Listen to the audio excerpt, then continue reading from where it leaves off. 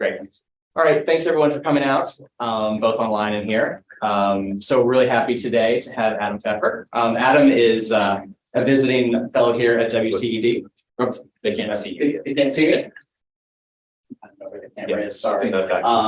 So Adam has been a visiting fellow at WCED and has been a huge part of our community, coming out to events.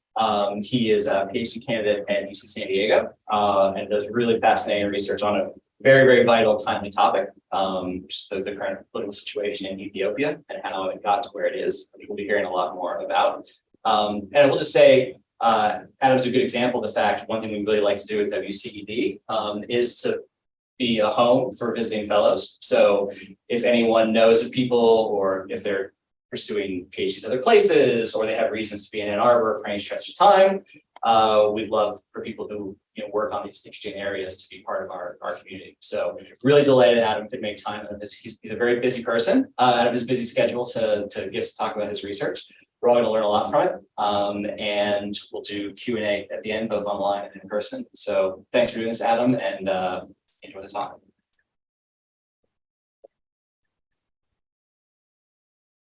Great, thanks, Dan. It's been such a great year. I've spent here, learned a lot, made some friends, calmed my nerves this morning at a rec center, took a bus to get here. So really, in every sense, it's been a great time here at So today I'm going to talk about my dissertation research. The title is Autocratic Ethno-federalism, Regime Change, and Ethiopia's Tigray War. So, okay, let's get started.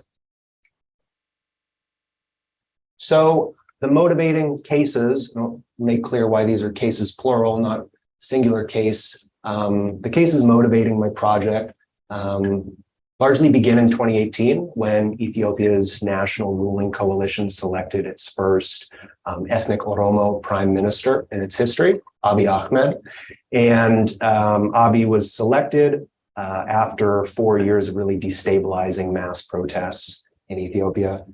And upon coming to power, Abiy continued some of his predecessors' liberalizing, democratizing moves, releasing political prisoners, legalizing opposition parties, releasing journalists, removing censors on media. And so this led to this period, sometimes called Abiy mania, where Ethiopians were really enamored with Prime Minister Abiy. However, less than a year later, Ethiopia was once again mired in instability.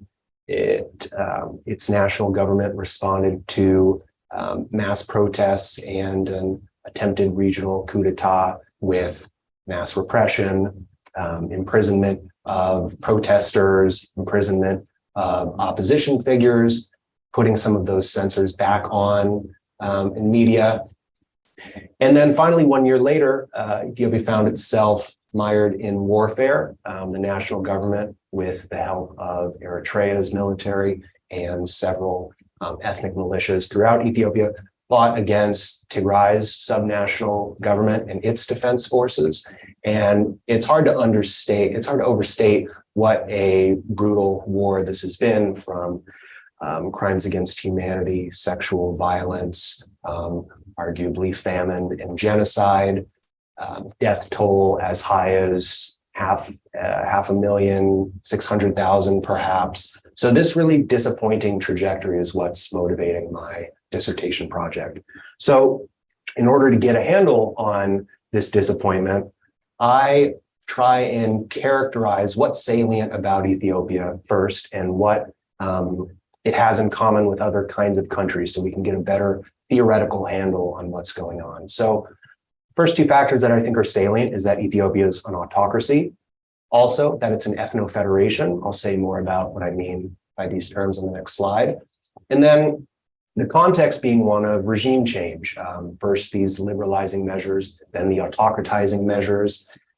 And I'll say more about what I mean about that in 2 slides. So my project is, how are these two related? Being an autocratic ethno-federation and becoming more or less democratic. So in other words, why do AEs sometimes become more democratic and other times less democratic? So defining autocratic ethno-federalism, I'll use this AE shorthand. I hope you'll bear with me. I use the varieties of democracy, regimes of the world characterization. So a polity can be either a closed autocracy, which means it doesn't hold elections. It can be an electoral autocracy, which means that its elections are unfree and unfair. And then ethno-federalism is a kind of federalism where the subnational governments are ethnic homelands, and that differs from simple or geographic or arbitrary federalism like in the US, where no state is an ethnic homeland. So some examples of autocratic ethno-federations, and again, these subnational governments can be governments, states, provinces, republics, regions, and so on. Pakistan, the Punjab province, the Soviet Union, the Uzbek Soviet Socialist Republic, Malaysia, the Sarawak state. Malaysia is kind of a hard case because of the dominance of Bumiputras, but when you look within this characterization, both Sabah and Sarawak are really distinctive states, ethnically and linguistically. And by ethnic, I just mean some kind of ascriptive difference, be it linguistic, racial, national, and so on, religious, perhaps. Ethno-federalism has spawned a really wide-ranging literature, and people are often interested in its causes and consequences. So usually ethno-federations, there tend to be two paths to ethno-federalism, two causal paths. The first path, ethno-federalism, is imposed by a colonial power in order to manage an ethnically divided polity, or to perhaps divide and rule that polity. So examples include Malaysia, Pakistan, Nigeria, Ethiopia's first ethno-federation with Eritrea, all constructed by the British. Indonesia's short-lived ethno-federation constructed by the Dutch. Cameroon's ethno-federation from 1948 to 62, constructed by the French and the British. So that's one path to ethno-federalism as a way of managing ethnically divided polities. Another path is as a solution to some history of ethnic domination or warfare. So these ethnically divided polities exist and oftentimes are dominated by one group, and that domination leads to warfare.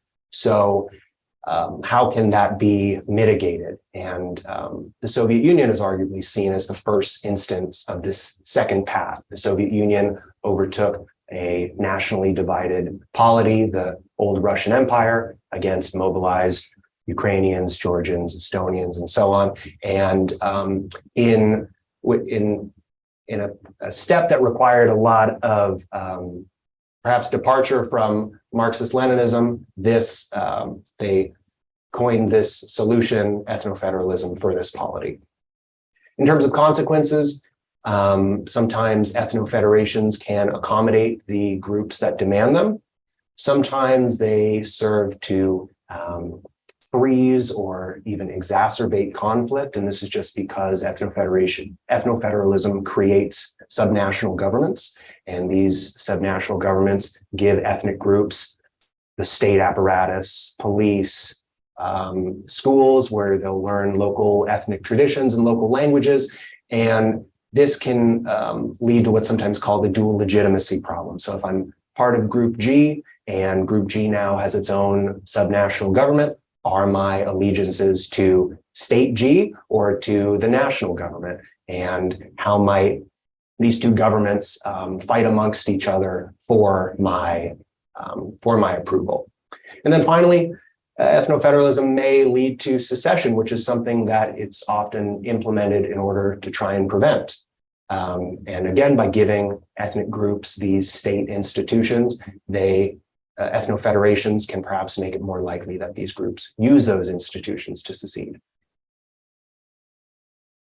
Okay, so that's what I mean by autocratic ethno-federalism and a little bit about AE.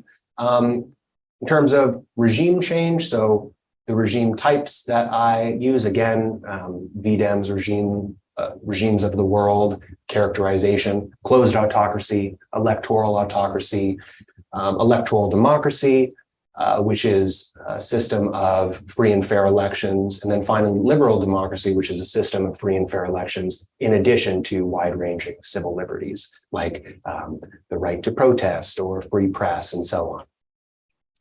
And then by regime change, I mean one of two things, either from one to another regime type, and these are instances of that first kind of regime change, from closed to electoral autocracy, from electoral autocracy to liberal democracy. And the second thing that I mean by that are changes within one kind of regime type. And these are what my Ethiopia cases correspond to. So for example, a closed autocracy may release political prisoners, but still without holding unfair and unfree elections, which would be required to turn it into an electoral autocracy. So that's just a liberalization of closed autocracy. Similarly, an electoral autocracy may imprison political dissidents, but still continue to hold free and fair elections. So this is a regression episode within an electoral democracy. So that's what I mean by regime change. A little bit of motivation. Why should we study AEs and AE regime changes? Well, first of all, I think AEs are a really distinctive kind of polity. The kinds of dynamics that exist in AEs don't exist in similar kinds of polities. So for example, unitary autocracies, unitary autocracies need not manage conflicts between national and subnational governments. These are just ruled out by fiat because subnational governments don't exist in unitary autocracies.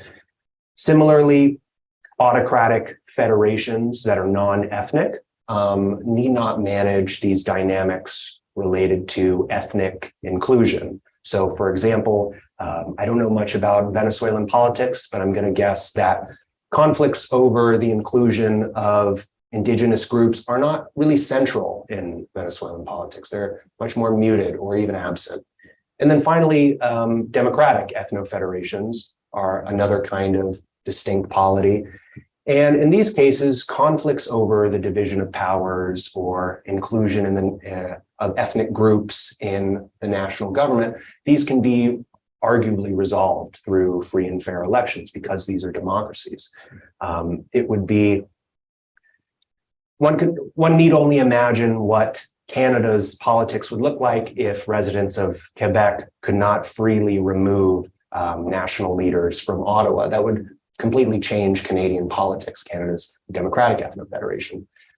Another reason to study AE regime changes, they're home to over 500 million residents today from Ethiopia, Pakistan, Russia, Malaysia, and arguably much more than 500 million residents among the defunct autocratic ethno-federations from the Soviet Union, Yugoslavia, Czechoslovakia, Burma, and so on. AEs have been quite prone to conflict, violence, secession, coups d'etats.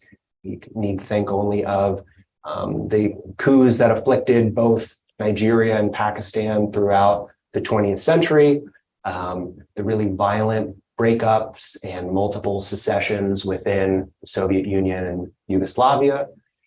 So not only have so many people lived in AEs, but they've also been quite durable. So across the 18 current and defunct AEs, I count 434 country years. That's quite a long time. And in addition to being durable, they've been durably autocratic. There have been 18 AEs compared to just 4 democratic ethno-federations. And of these 18, only 5 ever became liberal or electoral democracies. Only 5 of them crossed that threshold. So this demands our attention because so long as AEs are here to stay, we should inquire into the conditions under which their residents can look to a more democratic future, even if just slightly, even if these are just small episodes of democratization. So having motivated the project, let me talk a little bit about my theory. So my theory highlights three independent variables. The first is the level of centralization. So this just refers to how powerful the national government is.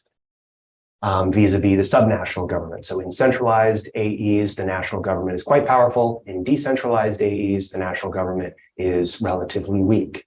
Examples of centralized AEs include the USSR under Stalin, particularly when leaders of the subnational republics were purged and this Russification campaign took place. An example of a decentralized AE would be Yugoslavia after its 1974 almost confederal constitution was implemented. And so what difference does centralization make? What are the mechanisms underlying this? And as I see it, centralized AE, in centralized AEs, the national government is quite capable, and that's because it controls more substantial jurisdictions. So control over taxation or natural resources or security. When the national government controls these things, it's quite capable vis-a-vis the subnational governments. The second factor is the level of ethnic inclusion in the national government. So how many ethnic groups control the national government? Examples of an ethnically exclusive AE include Pakistan, that's been largely dominated by Punjabis for its existence. An example of an ethnically inclusive AE would be Bosnia and Herzegovina, which before its democratization in 1997 was very inclusive of, I should say, Bosniaks, Serbs, Croats, so very different from the Pakistan case. And what's the mechanism underlying ethnic exclusion? Well, in ethnically exclusive AEs, I want to argue, the national government is much more decisive because it's much less beset by inter-ethnic disagreement. So I'm assuming that because most AEs are created against the backdrop of ethnic exclusion and domination, exclusive AEs will tend to magnify such disagreement. And it may be the case that AEs of all stripes are prone to intra-ethnic disagreement, but I think that this notion of inter-ethnic disagreement is quite salient in AEs. And just to point out, these are two distinctive variables because one describes relations between the national and subnational governments, that's level of centralization, whereas the second one describes relations within the national government, that's levels of ethnic inclusion. And the third variable is what I'm calling challenges. And these are events, crises that threaten the national government's control or legitimacy in some way. These are events that necessitate some response from the national government. Challenges may include riots or civil wars or economic crises. One example of a challenge in autocratic ethno-federalism was Nigeria's Biafran War. Another example of a challenge would be the Velvet Revolution in Czechoslovakia. And what I'm going to say on the next slide is that challenges are important because they prompt a response. Centralization and exclusion are important because they determine how the national government responds to those challenges. So one way to think of this is as challenges are necessary causes of regime change.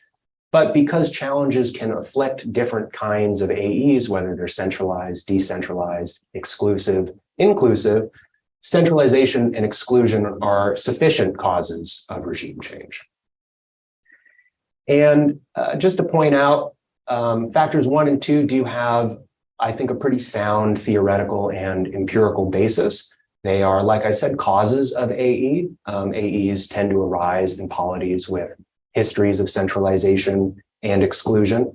And they've also been considered pretty important factors for ethno-federal stability. So whether ethno-federations stabilize or collapse. So just to take the Yugoslav case, Yugoslavia collapsed arguably because under Milosevic, it became more centralized, and because of Milosevic's aim to create an exclusionary Serb nation, not merely because it was ethno-federal, but because of these kinds of factors. So I want to go one step further and connect these to regime change more generally.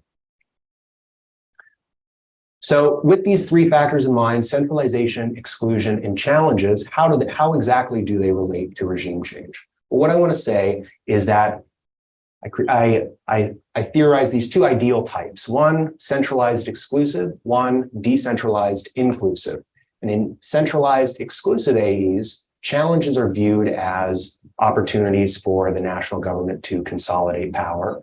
And one way that they can do this is by autocratizing. So canceling elections, imprisoning dissidents, imprisoning leaders of opposition parties, and so on.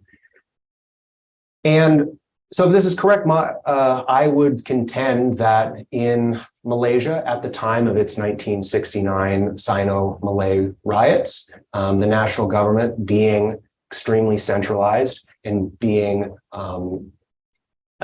extremely exclusionary in its control by Bumiputras, was in a position to autocratize.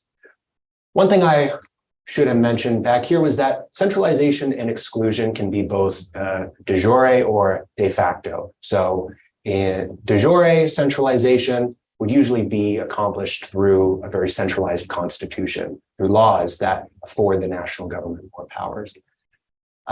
Whereas de facto centralization has more to do usually with whether the national ruling party or national ruling coalition or the national military or the Politburo, one of these non-constitutional institutions serves to create more centralization. And similarly with exclusion, exclusion can be either de jure in terms of constitutional provisions that require, that reserve seats for ethnic groups in the national government, or it can be de facto in terms of including ethnic groups in the national government, but ensuring that these are mere tokens of the ethnically dominant group. And the reason I wanted to flag that was just in this Malaysian case that I highlight up here. It's true that the national government was inclusive of Chinese and Indian leaders, but these were arguably tokens of the more powerful Bumiputera leaders. So Malaysia was de jure centralized and de facto exclusive at the time of this autocratization. So that's the ideal type 1. Ideal type 2 would be decentralized and inclusive. And in these cases, challenges are viewed not as opportunities for the national government to consolidate power, but as serious threats, serious crises that require the national government to compromise with and afford concessions to its opponents, either subnational incumbents or challengers or opposition leaders. And so you might wonder, why would subnational incumbents or opponents benefit from democratizing changes? Well, subnational incumbents might benefit because it improves their ability to build a coalition. So for example, subnational incumbents may, all of the opposition political parties in their region may be illegal, but democratizing concessions might make these groups legal or might release their supporters from prison, and that can enable these subnational incumbents to build a more powerful coalition that rivals the national governments. And then challengers benefit from democratizing changes in a pretty straightforward way. They're released from prison. The parties that they support might be legalized. The journalists that they support may be released from prison, and so on. So an example of this would be also in Yugoslavia, the 1987 Slovene Spring protests, I would argue prompted democratization, because in challenging the national government, at that time, Yugoslavia's national government was extremely decentralized because of its confederal constitution and very inclusive of Serbs, Croats, Montenegrins, and so on. And because of that, this rendered the national government less capable and less decisive. And as a consequence, it was forced to democratize. That would be my contention in these cases. So just to schematize what we've been through so far, the autocratizing path is centralization, exclusion, and then the national government responds to a challenge with autocratization because of its centralization and exclusion. And then the democratizing path, national government is decentralized and inclusive. It responds to challenges by democratizing. So my research design is, first, I conduct a large N analysis of the universe of autocratic ethno-federations and regime changes and try and see whether this pattern is borne out in the cases. But this leaves unclear whether the outcomes are spurious in some way, whether they're not caused by the factors that I identify. It leaves unclear whether the sequence that I theorize is connected through a plausible string of events and decisions, and so on. So in order to remedy that, I conduct 3 Ethiopia case studies. And while the Ethiopia case studies, I think, do show a very plausible sequence from my theory, this leaves unclear whether the sequence that I've identified actually matches the decision-making processes of leaders at the time. So that's why the last part of my dissertation involves semi-structured interviews with Ethiopian elites. So the results of my large N analysis do seem to conform with my theory. I look at the 18 AEs, 20 democratizing regime changes, 13 autocratizing changes. Over half of the cases seem to conform with the theory. But again, this leaves unclear whether the sequence is really borne out in a plausible way. And it also leaves unclear whether there are better alternative explanations. So for example, Bosnia and Herzegovina's 1997 democratization, although it occurred under conditions of decentralization and ethnic inclusion, which would seem to be consistent with my theory, democratization seems to really have been a top-down, internationally imposed occurrence. So I want to make sure that, that these kinds of other factors are not offering better explanations for these cases. So let me talk about these 3 Ethiopia cases, and then I'll get into the Tigray War after. So the first case would be Ethiopia's 2005 autocratization. At the time of its autocratization, Ethiopia had become highly centralized, highly ethnically exclusive, and it was beset by a very serious challenge in 2005. And I want to argue that it responded to this challenge with autocratization because it was centralized and exclusive. So let's talk a bit more about these factors. After the fall of its military dictatorship in 1991, Ethiopia implemented an ethno-federal constitution. However, that constitution created an extremely centralized polity. The national government had control over security, the economy, land, natural resources, and so on. And in addition, so that was a source of de jure centralization. In addition to that, the national ruling coalition was also extremely powerful, which created de facto centralization. One could not hope to obtain subnational or national office without first appeasing the national ruling coalition. And the subnational governments were arguably arms of the national government and the national ruling coalition. So despite this very centralized constitution, subnational governments were still afforded sources of symbolic autonomy. So choice over administrative languages, choice over how to educate their children, in what kind of language, choice over regional flags, the writing of subnational constitutions, and so on. But I would argue that these were relatively weak sources of power for the subnational governments. They didn't fundamentally challenge the national government's power. And I don't want to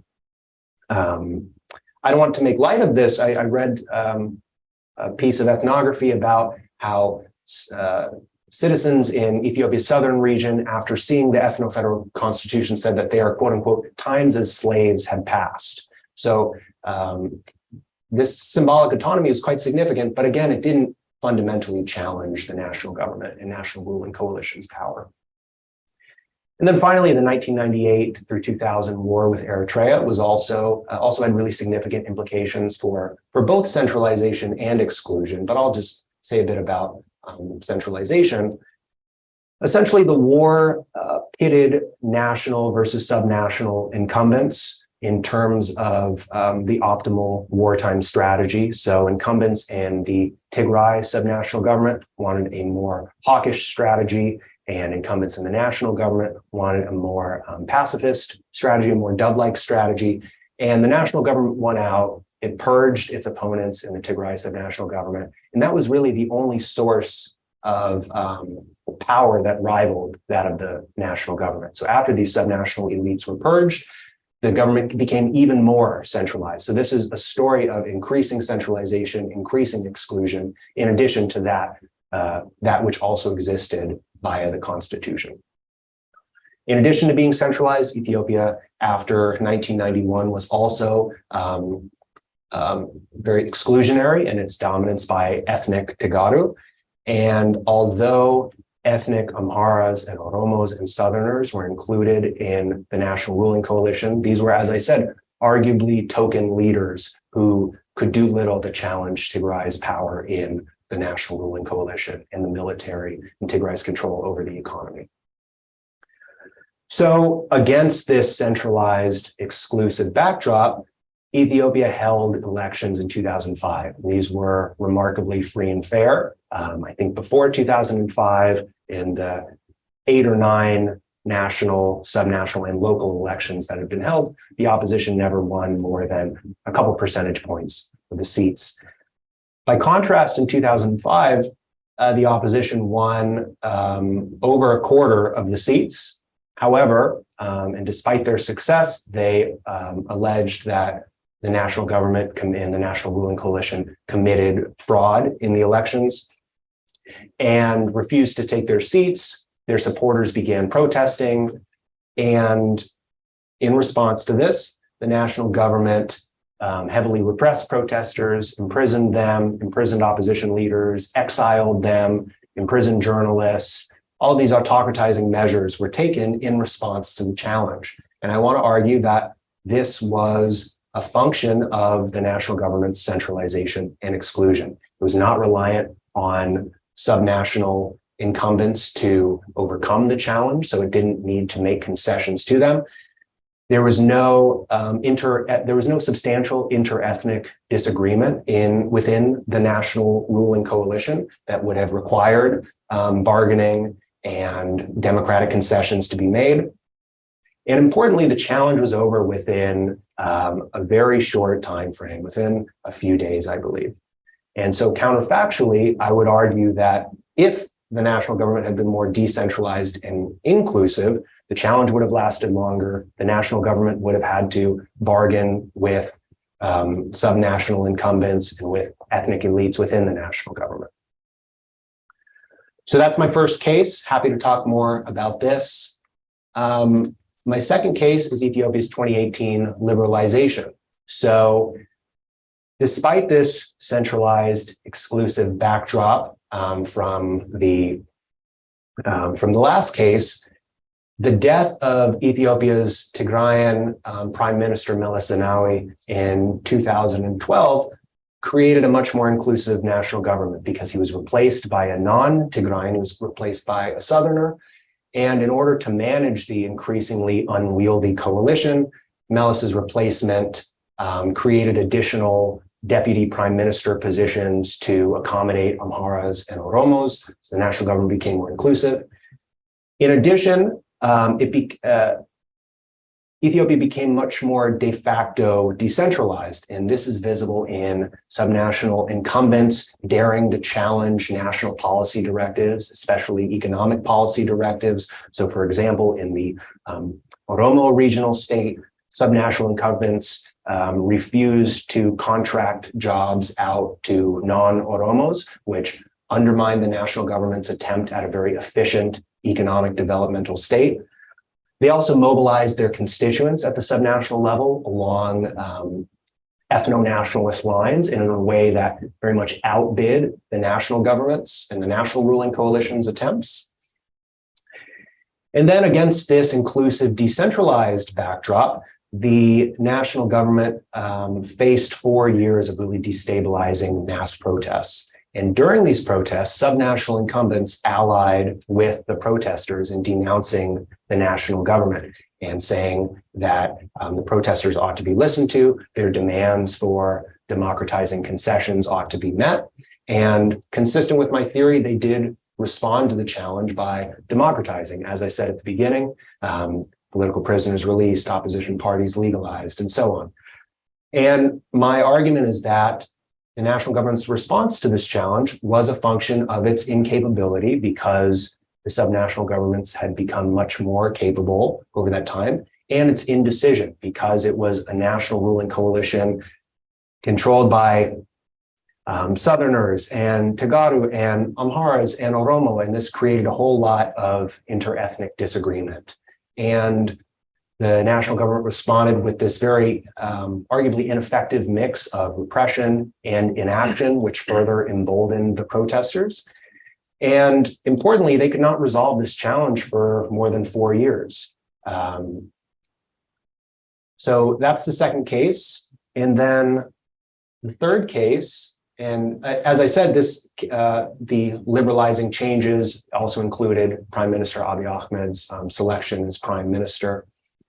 And so the third case was its autocratization or its regression 1 year later. So my argument is that the challenges that Ethiopia faced throughout 2019 and 2020 led its national government to respond with authoritarian repression. So some sources of centralization, the national government created new alliances with the US, the UAE, Israel. This led to a whole lot of financial support for the national government, security support, for example, Israel's Mossad training Ethiopia's national security forces.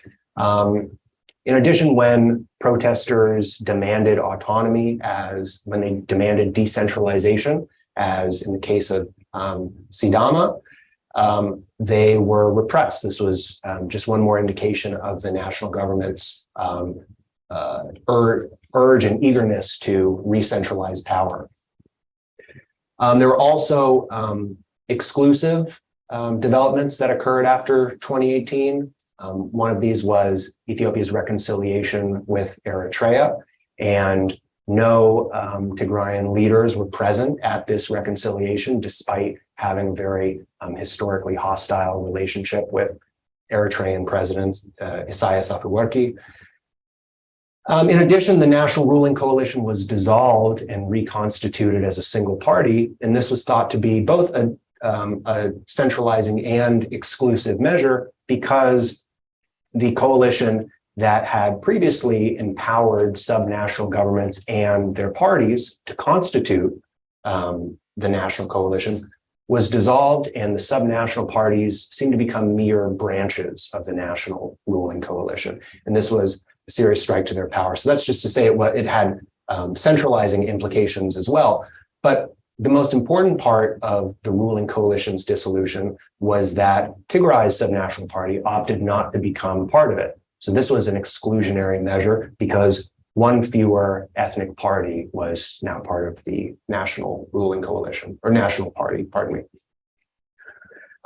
Ethiopia faced two really serious challenges between 2019 and 2020. One was, as I mentioned earlier, a subnational coup in Amhara, and then two mass protests in the Oromo regional state. And consistent with my theory, these challenges were resolved quite quickly. None lasted longer than 5 days. The national government repressed very efficiently, imprisoned protesters, imprisoned opposition leaders. There was little, and so by contrast with the 2018 case, where in that case, subnational incumbents allied themselves with the protesters, there's much less of this agitation. And so counterfactually, if the subnational governments had been more capable, then I would expect to observe a whole lot more of this in a much longer period of resolving the challenges, like in the 2018 case.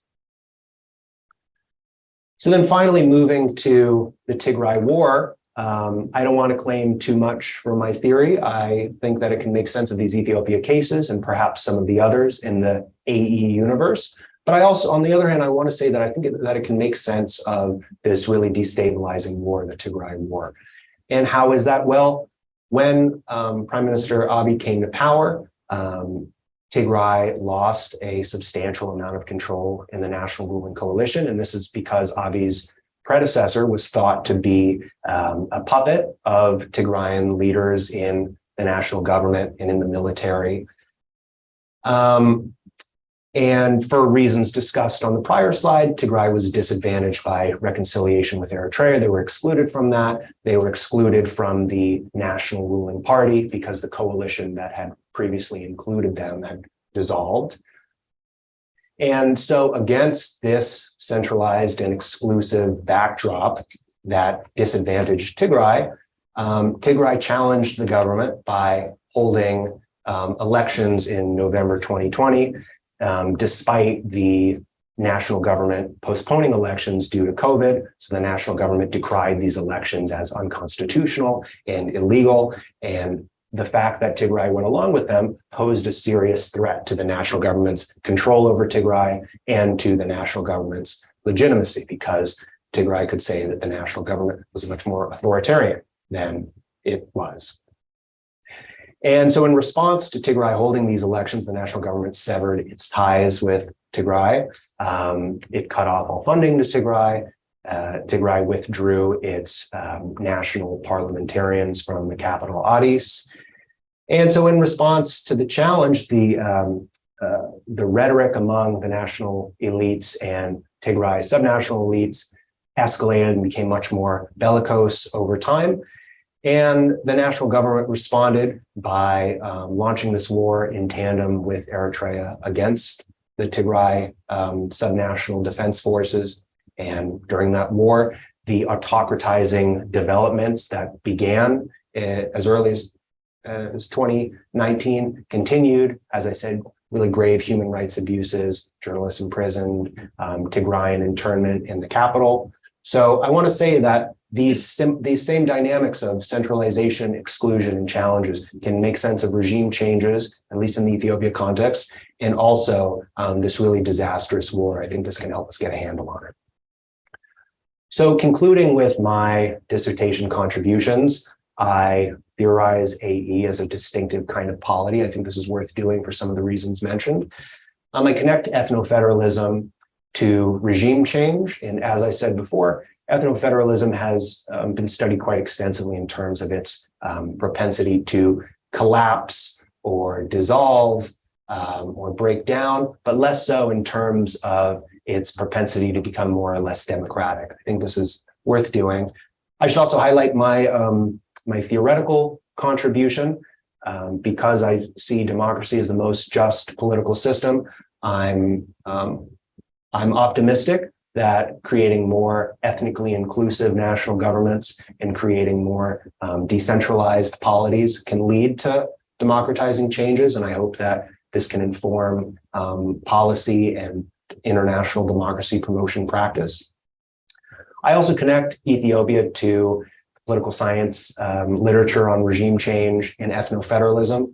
The last time I counted Ethiopia articles in the top 8 poli-sci journals, I counted maybe 4 or 5 over an 80-year period. So I think it's really significant to put Africa's second most populous country in conversation with some of these other cases. And although I've learned much from the Ethiopia scholarship in anthropology and sociology, and in those two in particular, I've found a reliance on culturalist explanations. So Ethiopia's autocratization being explained by its culture of autocracy and by elites' unwillingness to compromise with one another because of this culture. But culture being very quick to change, if it ever does change, I think we need a more dynamic explanation of why these regime changes are occurring. And then finally, I think it's quite urgent that we study Ethiopia as a country with so many of the world's problems, an autocracy, periodically gripped by famine, human rights abuses, locusts, war, and so on. I think it's a post-Soviet state. I think it's really crucial that we turn our attention to Ethiopia. And then finally, I try and offer a general framework that can help us make sense of the Tigray War. So thanks for listening, and I'm really excited for Q&A.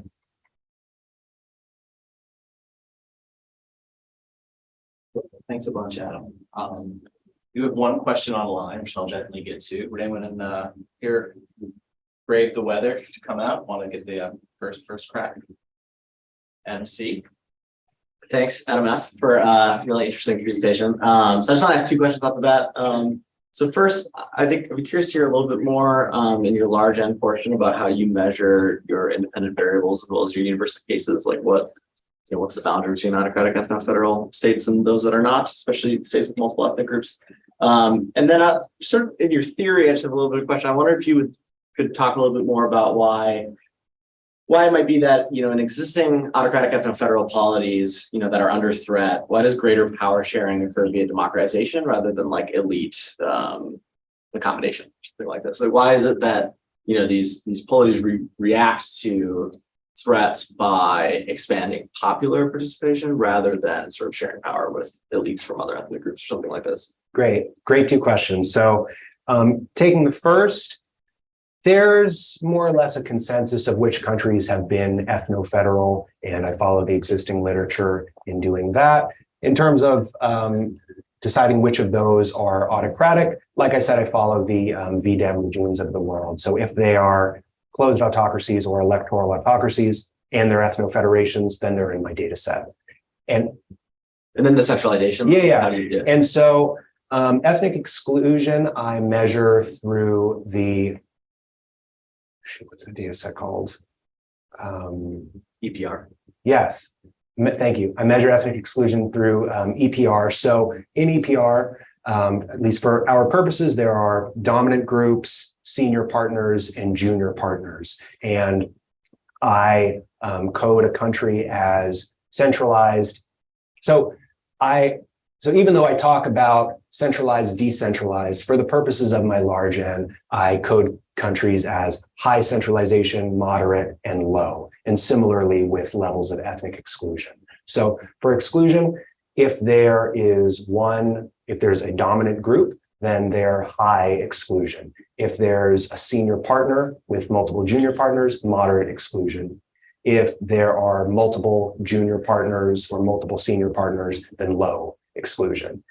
And in terms of centralization, there just isn't a data set with the geographical coverage that I'm looking for. So I mostly rely on case studies. Okay, so in terms of the second question, why would an AE respond to a challenge with democratization with a popular measure like that, as opposed to a more narrowly elite measure? So my response to that would be, I'm going to keep thinking about this. My response would be that those popular measures nonetheless will benefit subnational elites or challenger elites. So democratizing the playing field will benefit challenger elites, legalizing so releasing from prison the supporters of subnational incumbents, that would benefit them and allow them to build a coalition that challenges the national government. Legalizing parties that may have some ethnic affinity with subnational elites, that would benefit them as well. But I don't want to rule out that those kinds of narrowly elite responses could serve the national government's purposes. But I think in the Ethiopia case, my story also works. Thanks. So building on Adam's question, I'm wondering, because you mentioned two measurements of the AE. So one is the centralization of the government, and another is the ethnic exclusion. I'm wondering if the two measurements are all the two dimensions that are orthogonal, or these two dimensions actually internally correlated with each other, and how you will see that the different combination of the two measurements will create like different types of AEs, for example? Yeah, great question. So as I said, they are distinctive independent variables because one talks about relations between the national and subnational governments, one within the national government.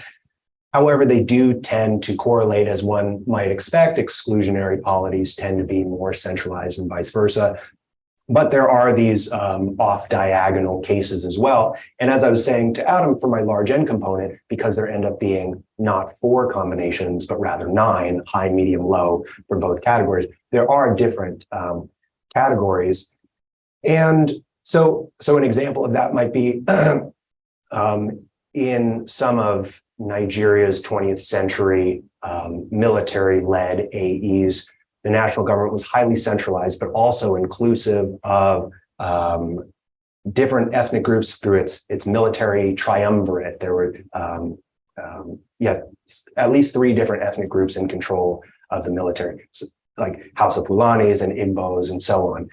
And so in those kinds of cases, I would expect that the regime change follows the relevant trend. So if the country is centralized and inclusive, if what we observe in the lead up to the challenge would be a whole lot of centralization, but either similar levels of exclusion, I would expect autocratization in that instant. If, by contrast, centralized inclusive AE, what we observe in the lead up to a challenge is decentralization and similar levels of ethnic exclusion, I would expect democratization. So it gets a little bit more case specific and nuanced in those off diagonal cases, but thankfully many of them do correlate. So I want to, so I really appreciate the way the talk, like it really gives us like think about a whole new family of cases in a way. And you did such a nice job of giving us both a sense of the local and the global. That was really terrific, I thought. So one thing I want to show on a little bit is something maybe a bit distinctive about Ethiopia here. So when I think about these cases of ethno-federalism in Asia, so I think about Malaysia, or I think about Myanmar or Pakistan. I mean, one key factor here is that the dominant group remains the dominant group. Okay. So, because there's sort of a path dependency to the argument, right? So these histories of centralization and inclusion or exclusion really matter in these crisis moments, right? But in those cases, there's never any doubt who's on top. Okay. And one of the most kind of lethal things that can happen in politics is when whoever's on top is no longer on top, and it really is threatened with losing that position. And it seems to me like in Ethiopia and another case, maybe not AE, but if you think about Rwanda, for instance, right, like ethnic politics, like these are cases where one group was really quite hegemonic, very much. You don't really talk about domination per se, right? Like the domination story, the dominant group which sees itself, toppled. So the Amhara were absolutely hegemonic ethnic group and see themselves replaced by the Tigrayans, right? And that seems to create, I would imagine, just a different kind of dynamic than one where Malays, the Punjabis, the Bama they're just always on top, and it's a question of then their relations with these minority groups. So I just wonder if how does the reversal play into this, and also then with obviously the Tigray War, because then again it seems to be this perception like, wait, we've been on top, now we're being demoted. There's a change in ethnic rank happening here. Is that something that you need to factor in somehow? Is that kind of a wrinkle? How would you think about that aspect of it? Yeah, good question. Yeah. So that certainly, relates to, I think, this variable of ethnic exclusion, changes in the value of that, whether it leads to more exclusion or just a change in who the dominant partner is. But I would also, one way I might push back for the Asia cases is that because I'm looking at these not only changes from one regime type to another, but these liberalization or regression episodes within a given regime type. In some of those Asia cases, I think that challenges were preceded by incremental changes in the values of these variables. So, for example, in Malaysia, before its liberalization in the 1960s, there was a bit more inclusion of Chinese and Indians. In Pakistan, before its democratization, its very limited democratization in the 1970s, there was a bit more inclusion of Mohajirs. But I do take your point that this kind of reversal that Ethiopia witnessed after 1991 is unparalleled in those kinds of cases. So do you want to just repeat it one more time, the question? So I guess the question is, well, so how might we factor it in? So given that, so let's just kind of think of it in terms of your theory, right? So is this something that would just make it more likely that regime change politics is going to be dealt with more often with violence, perhaps? Like that could be one possibility. Could it mean that you're more likely to see things move in an exclusive direction because of this sense that one's position in the pecking order is uncertain? Whereas again, it's not really uncertain in some of those other cases, right? Like, is that just a different, maybe a missing variable? Could it be incorporated in some way? I guess it's sort of and this is, don't need an answer at the moment, but I guess Sure. it's worth thinking about, like the politics of reversal and domination seems to me to be just enormously significant in a way that I think could create some diversity within. I mean, again, it's great you have this family of autocratic ethno-federalism, right? So I'm sort of thinking about heterogeneity within the categories as well, and I just sort of think that this issue of in a way, not all challenges are the same, right? So there's a challenge that could be an economic crisis, or you lose a quarter of the seats. Another kind of challenge is like we're gonna lose, we're basically losing our position as the top ethnic group in the country, and that could mean the death of us all, right? And these are quite different kinds of challenges, Right. And so it's worth maybe just sort of taking a step back as you write this up and think about the nature of the challenge in addition to unpack give a little more content within these categories of challenge, exclusion, and the like. Yeah. Great point. And you might also add the Yugoslav case to those Asian cases in terms of the end of Serb hegemony after 1974. And so one thing I'll say about challenges, I wanted to try and keep it simple and say, given that a challenge occurs, AEs that differ along these two dimensions of centralization and exclusion respond in these different ways. But I have been pushed to unpack this a bit more. And so I think there are at least two distinctive kinds of challenges. One occurs, I call these external challenges, and they occur independent of an AE's levels of centralization and exclusion. So I don't think that centralized as opposed to decentralized AEs are more likely to experience an economic crisis. I think that's external to AE. But on the other end, there are these internal challenges. So I think that in a centralized AE, the subnational incumbents who are resentful of their incapability are much more likely to mobilize their constituents against the national government. And that creates a distinct kind of challenge when compared to decentralized AEs, where the subnational incumbents, because they're so capable, may strategically withhold tax revenues from the national government. And that creates a distinct kind of challenge. So I have tried to think more about challenge, but I do want to think more about these ethnic reversals. Yeah, great. Perfect. So you're probably gonna be surprised by this, but you're gonna get pushed on some of your Ethiopia claims here. So Okay. we've got, and our online guest, Katie Tan, keeps piling on the questions. So I'm gonna have to ask before it keeps going. All right. So you're getting challenged here a little bit about your coding of regime change. So Katie says, so my question, so it's very interesting theorization and research design. So starts with a compliment. So Kay's question is whether your second and third case studies actually involve regime changes. So while Abiy became the first Oromo president in Ethiopia, the ruling elites under the TPLF dominated EPRDF didn't substantially change that much. In fact, I constantly heard Ethiopian elites saying that what Abiy democratized was not a political system, but corruption and ethnic conflicts. So the de facto political system don't seem to change that much to me since Abiy took power to me. And also, since you use Abiy's meeting with Eritrea's president as a sign of democratization in 2018, I could argue that they were also plotting in cooperation to fight against their common enemy, the TPLF, 3 years later. So these are sort of some, these these are the kind of questions that arise about Myanmar all the time too, right? About after the fact, was this democratization at all? So do you want to say a little more other than the VDEM scores? Do you want to push back a little bit on that? Yeah, very much. Okay, great question. So in terms of the first question, namely whether Abiy democratized Ethiopia, I don't want to make that claim. And as I said, I'm looking at these incremental changes within the electoral autocracy category. Ethiopia, for its post-91 existence, has been an electoral autocracy. The changes that have occurred have been marginal liberalizations or regressions. And so Abiy's selection was not itself a democratizing move, but rather the changes that were implemented by Abiy's predecessor, Haile Mariam, and then continued under Abiy's administration were evidence of liberalization. And then in the regression case, I don't want to claim that reconciliation with Eritrea was a democratizing move. Rather, I want to claim that it has implications for Ethiopia's levels of centralization and exclusion.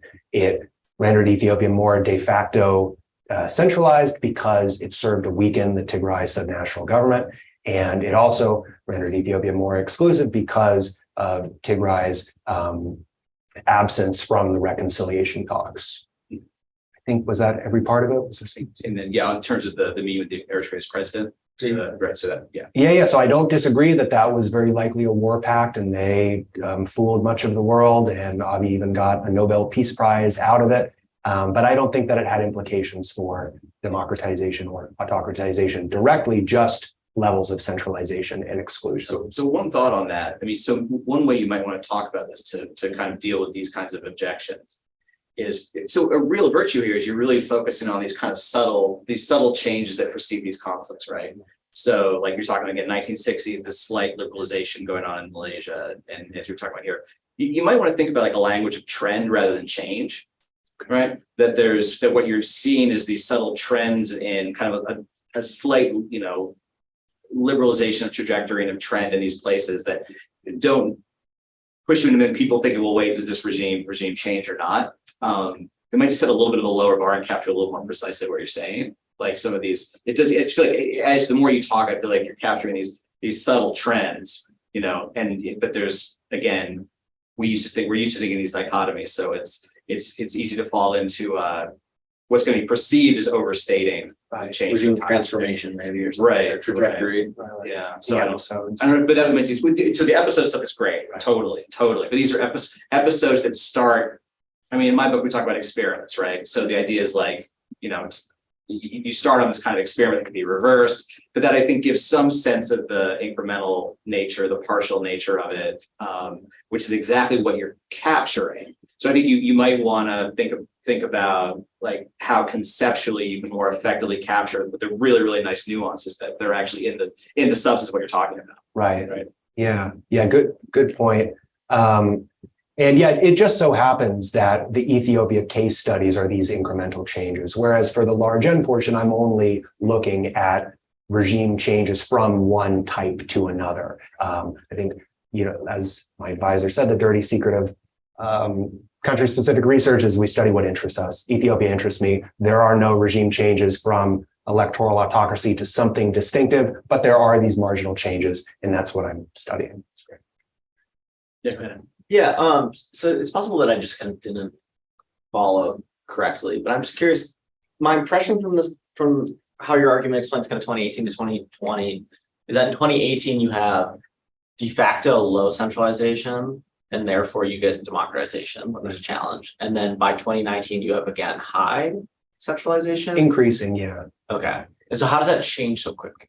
And in what ways is it really like, so is it the sacking of the TPLF guys in the army? Like, is it the fact that Abiy is actually able to basically purge most of the old guard by 2019? Like, I'm just wondering, like, what's behind the scenes on this kind of rapid centralization within a year of coding it as low centralization? Right. So I coded it as low, I think as moderate in 2018. And or at least again, incremental change is probably within this moderate category. But what's responsible for the increasing centralization or the re-centralization is, like I said, foreign support was a huge part of that from financial support from the UAE and Saudi Arabia. This served to empower the national government and its economic priorities, much of which were also economically liberal. That's another totally neglected factor is the political economy of all this, and TPLF's attachment to the more developmental state and Abiy's attachment to a more liberal state.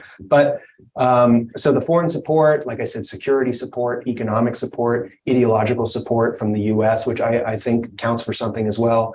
Abiy's, I think, centralist ideology. I don't want to overclaim, and I do think that the 2019 case is comparatively weaker in terms of how it bears out the theory compared to the other two cases, 2005 and 2018. But I do think that Abiy's ideology called Medemer, which means coming together, was also significant in changing national and subnational priorities. This was an ideology that harkened back to a time, I think, of centralized governance. Like I said, the repression of subnational protesters demanding autonomy, demanding decentralization. I think that was a centralizing change. Also, the national ruling party in Eritrea, those were also factors. So it was a really rapid change. And I think that that kind of smushed temporality between 2018 and 2019 does make 2019 a hard case. Putting cases in theory together, it makes it interesting and also makes it hard. So it's really a really fantastic talk, Adam, and great project, and looking forward to seeing how it evolves. Thanks everyone for coming out. Thanks Derek Broom for organizing, making this all work, and join me in thanking Adam Fefer for this great talk.